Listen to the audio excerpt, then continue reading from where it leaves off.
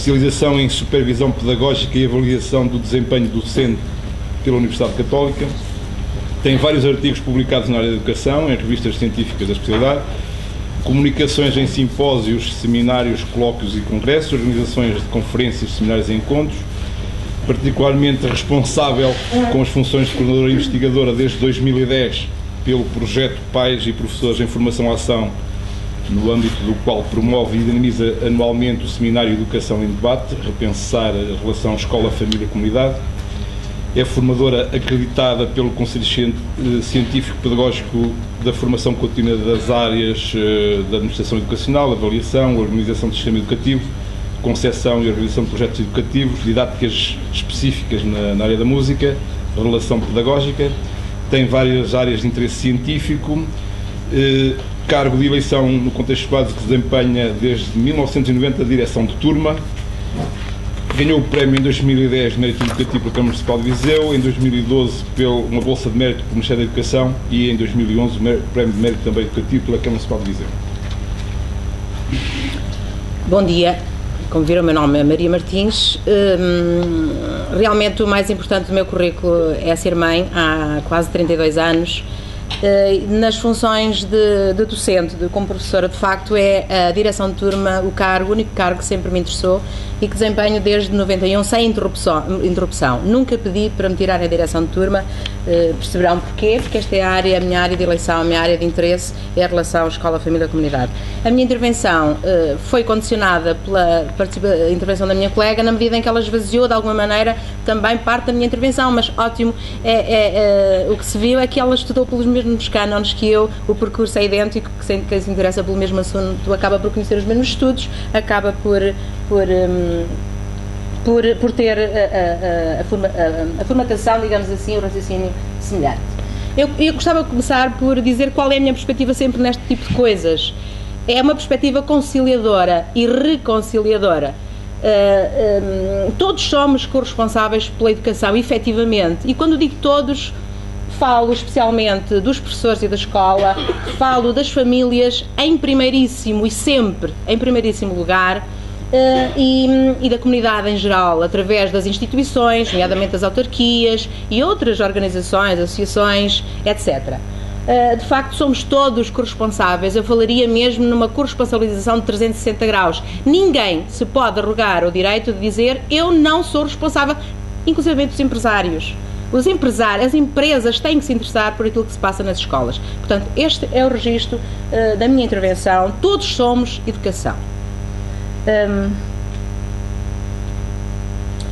Começaria por dizer que, se todos somos educação, os intervenientes mais diretos, a escola e as famílias, a escola e a comunidade, e dentro da comunidade, de modo particular as famílias, são os principais responsáveis e têm que se relacionar. E a escola e as famílias sempre se relacionaram.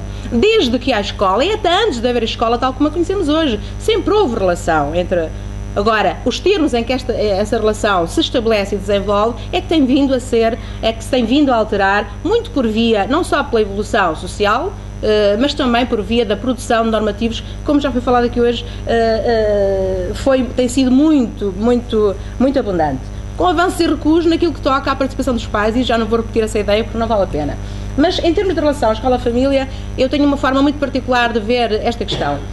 Fala-se muito em envolvimento, em participação, a minha colega já desmontou o conceito de participação, de cooperação, de parceria, etc. Eu gostava de sublinhar que, do meu ponto de vista, da minha experiência, mais enquanto diretor de turma até do que enquanto mãe, são fundamentais para mim aquilo que eu chamo a trilogia dos Cs.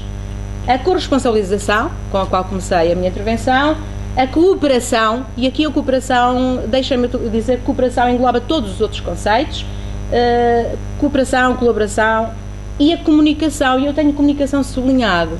Tenho aqui um pai que sabe que de facto eu penso assim e tento praticar isso. Tudo o resto, toda a relação escola-família vive e se desenvolve com base na comunicação, a vários níveis. Desde logo a comunicação entre os pais, os encarregados de educação, e o diretor de turma, entre os pais e a escola através do aluno, entre os pais e a escola e o diretor de turma, usando todos os meios de comunicação. Hoje não há desculpa para não haver comunicação entre a escola e a família. Os pais sabemos perfeitamente, os senhores enquanto pais e eu enquanto mãe, Temos muitas dificuldades em ir fisicamente, presencialmente à escola, muitas vezes nem os é possível. Mas comunicar, ninguém, quase ninguém, pode dizer que não consegue comunicar. Temos o telefone, o telemóvel, a caderneta escolar em primeiro lugar e temos os e-mails hoje, pais. Portanto, não há motivo, não há razão para se dizer que é difícil comunicar. Há estas dificuldades, a questão da linguagem mais técnica, menos técnica, por parte dos professores, mas não sei, a informação hoje é tanta que eu não sei se algum pai pode, ou serão muitos os pais, ou será um significativo número de pais que possa dizer que não têm capacidade, não têm possibilidade de comunicar com os pais, com a escola. Sempre possível. Portanto, corresponsabilização, cooperação e comunicação. São a base para tudo, mas a base primeira é a comunicação. Claro que existem, já fui falando de alguns, essa comunicação e essa colaboração tem vários canais através dos quais pode ser estabelecida. Eu vou falar essencialmente daquilo que, dentro das condicionantes, dentro dos constrangimentos, aquilo que é possível fazer. Aquilo que é possível fazer e às vezes até nem é tão difícil. Portanto, trago uma mensagem de esperança e de otimismo. São vários os canais, desde logo a criança, através da sua caderneta escolar. Quer para diretores de turma, quer para outros professores, a caderneta escolar está instituída como meio privilegiado de comunicação entre a escola e a família. O diretor de turma, como o rosto da escola, o diretor de turma, habitualmente os diretores de turma estão disponíveis para conversar, para dialogar, e eu repito, a questão da comunicação é fundamental para resolver problemas que começam às vezes por coisas muito pequenas e por falta de comunicação. Em tempo real, em tempo útil, as coisas avolumam-se por falta de comunicação. Quer por parte dos pais, quer por parte da escola. Temos que admitir. Os pais podem comunicar diretamente e devem fazê-lo com os professores, até porque às vezes conhecem o professor A, B ou C, e às vezes é aquele professor ou aquele assistente operacional que conhecemos de proximidade que nos ajuda a entender o que se passa, que nos ajuda a resolver os problemas. Eu falo também enquanto mãe. O serviço de psicologia e orientação, um encarregado de educação, não sendo tão próximo do diretor de turma, tem o serviço de psicologia e orientação, é para isso mesmo que lá estão também. E depois nós, enquanto encarregados de educação, temos o nosso representante, nomeadamente nos conselhos de turma, e eu sobre isso vou falar um bocadinho mais à frente. Os representantes dos encarregados de educação não têm estado a ser potenciados, são quase uma matéria amorfa. Estão do corpo presente, habitualmente falam, têm tendência para falar, para se preocupar com o assunto do seu filho e não representam, de facto, aquele grupo específico que é o Conselho de Pais, deixem-me chamar-lhe assim. Depois tem a direção, tem o Conselho Pedagógico, o Conselho Geral. E, fundamentalmente, hoje vamos falar deste canal fundamental de comunicação e de colaboração entre as famílias e a escola, que devia ser e deve ser e tem todas as condições para ser, que é a Associação de Pais. Isto aqui leva-nos, e eu não estou no slide certo, sou mazelha, isto leva-nos a falar de tipos de participação. Eu vou tentar que o meu registro seja complementar ao da minha colega e não sobreposição. Os pais podem participar, têm essencialmente dois níveis de participação na escola. Participação aqui não vamos entender como pai fiscalizador, como pai colaborador. Participação, qualquer que ela seja, a dois níveis. O pai pode e deve participar a nível individual, quando vai falar com o diretor de turma sobre os problemas específicos da sua criança, do seu filho, do seu educando. Quando fala com um professor qualquer que encontra na rua, quando fala com um assistente operacional, desculpem, os assistentes operacionais são realmente peças fundamentais. Às vezes esquecemos das responsabilidades e daquilo que eles podem fazer para o melhor ou para o pior, e os professores também, claro. Mas hoje falamos essencialmente, e para aligerar um bocadinho, da participação coletiva dos pais.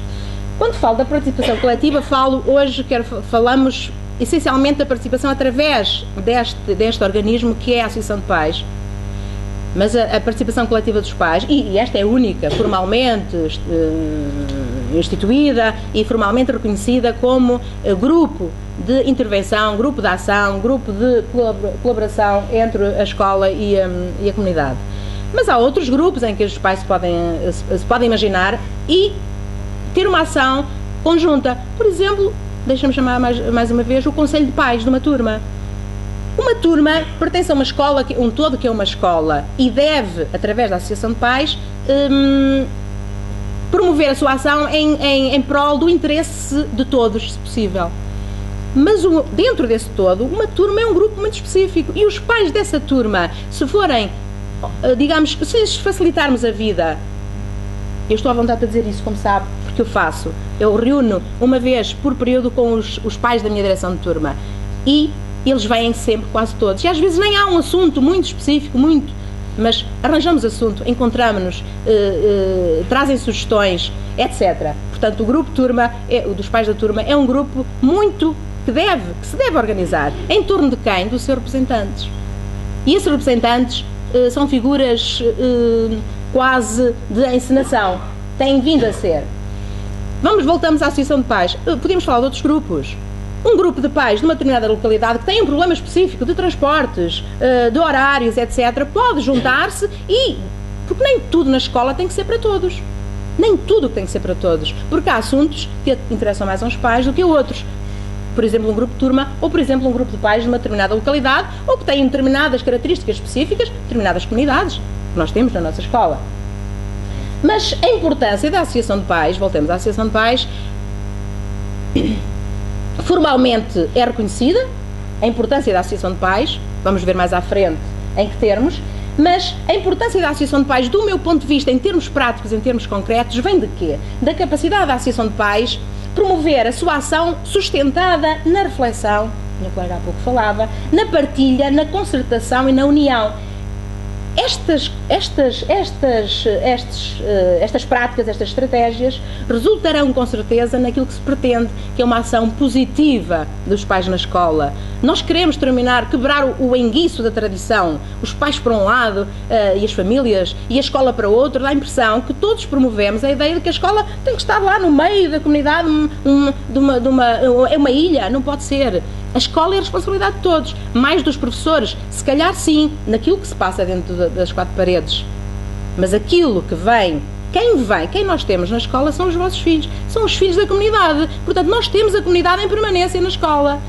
E essa atitude positiva é aquilo que se pretende, essa é a minha mensagem, que todos sejamos capazes de lutar para ultrapassar esses interesses. Claro que uma escola, como qualquer organização, antes de mais, convive com conflitos de política, aqui no sentido geral, a política como a vida das pessoas. E essa ação, tornar-se-á mais útil, foi uma palavra que eu nunca encontrei nos estudos que analisei, mas que eu faço questão de introduzir. A ação dos professores, a ação dos pais, a ação da Associação de Pais, só interessa se for útil. Se não servir para nada, mais vale estarmos quietos, não gastamos energia.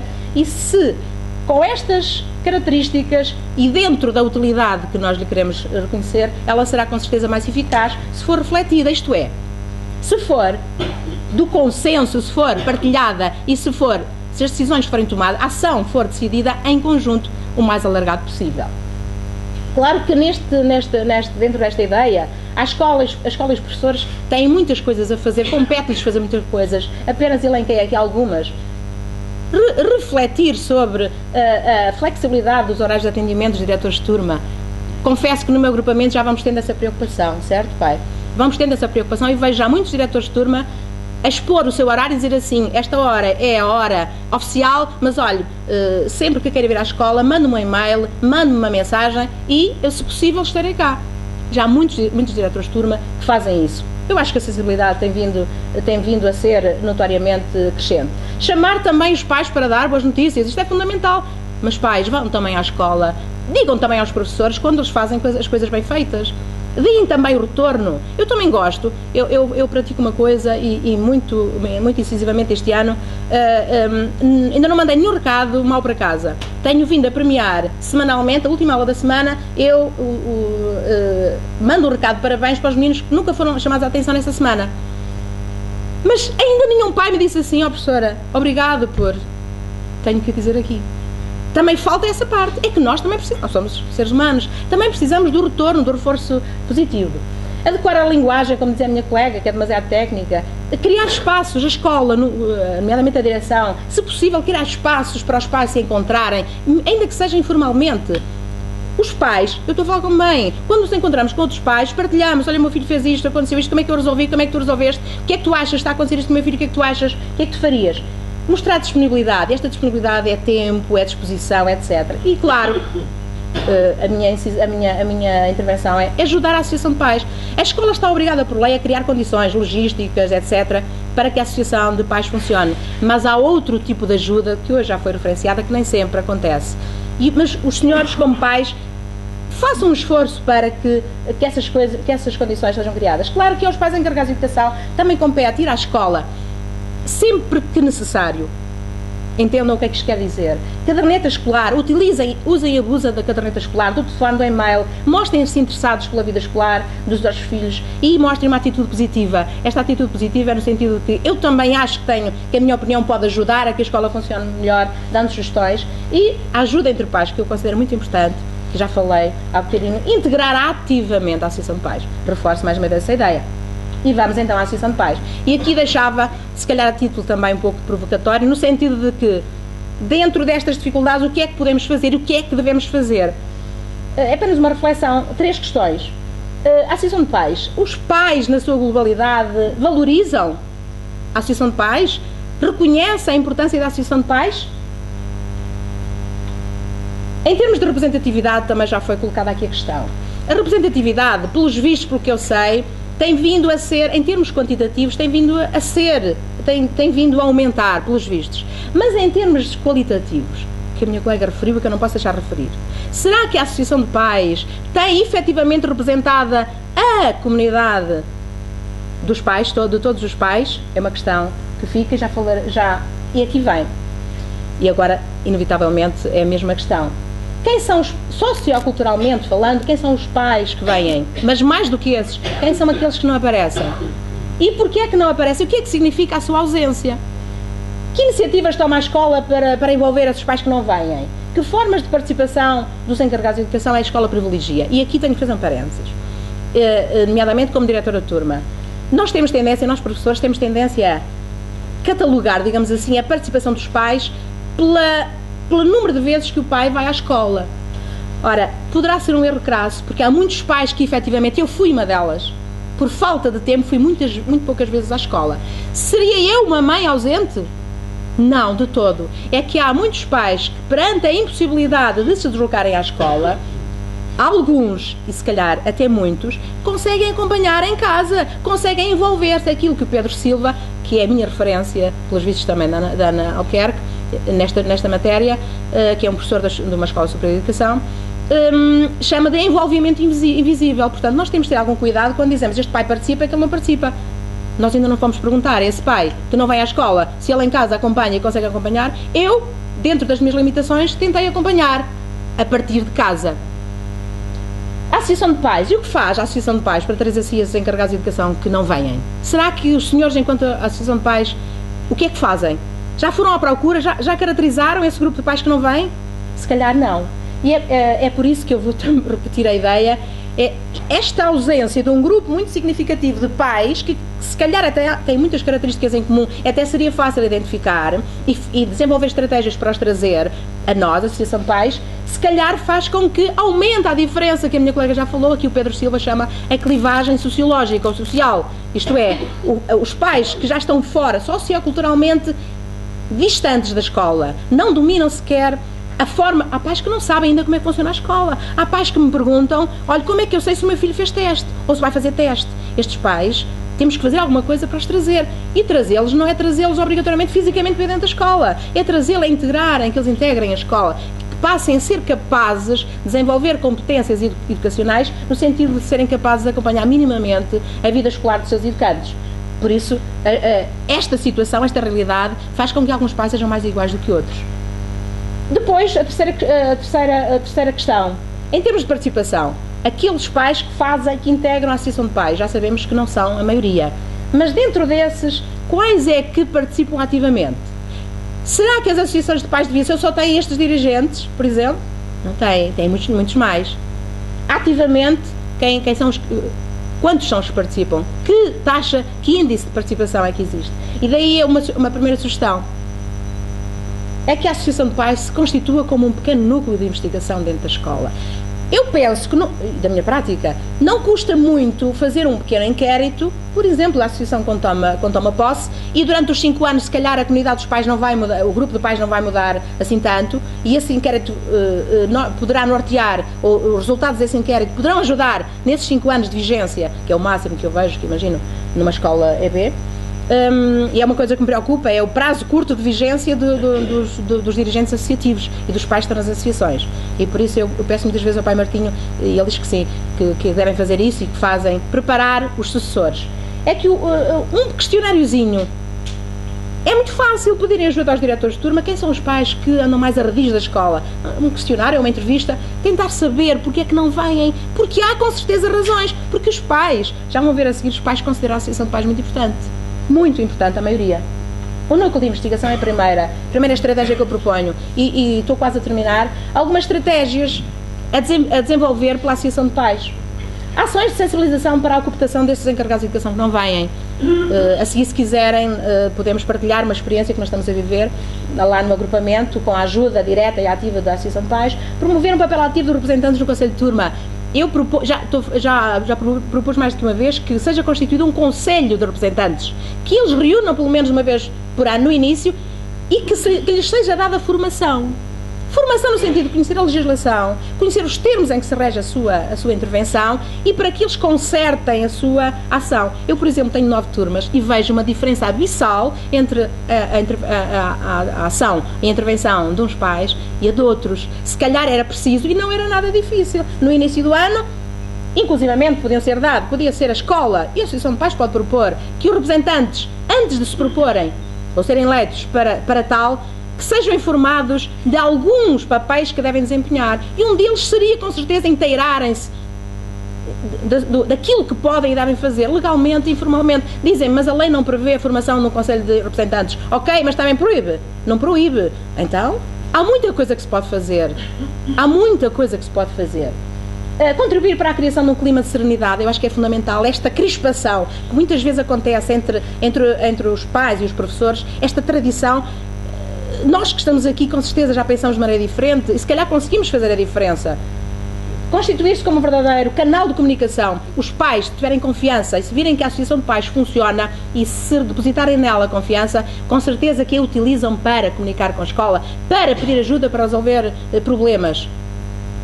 Espaços de reflexão conjunta e nos órgãos de gestão. Se isto funcionar, a ação dos representantes dos pais nos órgãos de gestão é mais sustentada e é mais útil e mais eficaz. E, com certeza, tem mais condições para defender o interesse da maioria dos encarregados de educação, que é isso que se pretende. E agora, perdoem-me a petulância, mas da reflexão que tenho feito estes anos todos, pela primeira vez atrevo-me em público, confesso, digamos que a partilhar convosco aquilo que eu considero que era bom que os dirigentes associativos da Associação de Pais, nomeadamente, tivessem. A disponibilidade, quando eu digo disponibilidade, não é disponibilidade só de tempo, é também disposição. Primeiro, tem que ser uma pessoa que queira mesmo desempenhar aquele papel, uma pessoa que queira fazer parte da Associação de Pais por outros motivos, promoção pessoal, etc., não vai lá, nem traz os pais a si. É impossível, porque é muito fácil detectar os interesses escusos que algum dirigente possa ter. Isto é aquilo que eu tenho vindo a observar. Depois a informação, os representantes devem ter informação, os dirigentes associativos muito mais ainda. A informação sobre como funciona uma associação, nomeadamente uma associação de pais, conhecer a legislação, conhecer a escola um pouco por dentro, para saber como intervir da melhor forma, defendendo, repito, o interesse de todos os pais. Capacidade de mobilização, isto é uma característica que todo dirigente deve ter. Dinamismo, pautar a sua ação pelo respeito por todos os pais encarregados de educação, voltamos a bater na mesma tecla, isso é uma grande dificuldade. E depois o espírito de altruísmo, não ir para a escola e fazer parte da associação porque tenho um problema com o meu filho e a Associação de Pais vai-me ajudar, e então eu quero fazer parte da direção, que é para canalizar a ação da associação naquela direção. Não pode. De certa maneira, um dirigente associativo de pais deve integrar o seu problema, se o tiver, como mais um problema dentro de todos os outros. E ficaremos por aqui, haveria muito mais a dizer. Portanto, de certa maneira, eu fui convidada a apresentar também o estudo que fiz no âmbito da minha formação, última. Questionei, só para explicar, digamos, a validade deste estudo, apliquei 2.500 questionários a pais encarregados de educação no Conselho de Viseu e tive o retorno de 2.089. Portanto, os resultados não são dirigentes associativos, é pais encarregados de educação. E os encarregados, questionei encarregados de educação e professores diretores de turma, 163. Os encarregados de educação, reparem que eu dizia há bocadinho, a maioria deles, 91%, considera muito importante a Associação de Pais. O problema, haveria que discutir, e a seguir podemos, sei lá, mitigar um pouco aqui isso, 13% desses são sócios. 13% de 91% dá 80 e tal, se calhar, por cento. 13% de 91% dá um número muito pequeno, dá 2, tal, certo? Depois, 29% desses que são sócios nunca participam nas reuniões. É um número ínfimo, os participantes ativos. E desses 27% disseram que participavam uma vez por ano. As outras possibilidades eram quase insignificantes. Comunicação através da Associação de Pais. 89% nunca utiliza a Associação de Pais para comunicar, o que é preocupante. 89% é uma brutalidade de pais que não consideram a Associação de Pais como válida para comunicar e colaborar com a escola. 37% dizem que quando participam é para apresentar sugestões sobre o funcionamento da escola, o que foi um número muito agradável, e 25% dizem que utilizam a Associação de Pais apenas para pedir contas e informações sobre as decisões dos representantes nos órgãos de gestão. Portanto, os pais que não estão na associação gostam de saber o que os senhores fazem enquanto dirigentes associativos. Os diretores de turma é um pouco diferente, mas reparem, 70%, 71% consideram importante ou muito importante. Quer dizer que a importância da Associação de Pais, o reconhecimento é inquestionável. Depois a prática é que veio o problema. 58% desses dizem que é importante porque promove a relação da escola com a comunidade, a família, as instituições, as autarquias, etc. 54% dizem que é porque promove a cooperação com a escola. É uma visão muito positiva, reparem. Afinal, os professores consideram que a Associação de Pais, a questão é que não aparece aqui, consideram, há uma ressalva. Isto é assim quando funciona, ou seja, as pessoas têm a percepção de que a Associação de Pais normalmente não funciona. 30% acham pouco importante e explicam porquê. Porque 68% destes dizem que não é muito importante porque, na prática, a fraca adesão dos encarregados de educação faz com que a Associação de Pais não desempenhe o papel que supostamente poderia e deveria desempenhar. 36% diz que é porque não promove a participação dos encarregados de educação. Reparem, e depois 32% dos diretores de turma dizem que a Associação de Pais é pouco importante porque, na realidade, representa os interesses de um número muito reduzido de encarregados de educação. São situações sobre as quais podemos e devemos.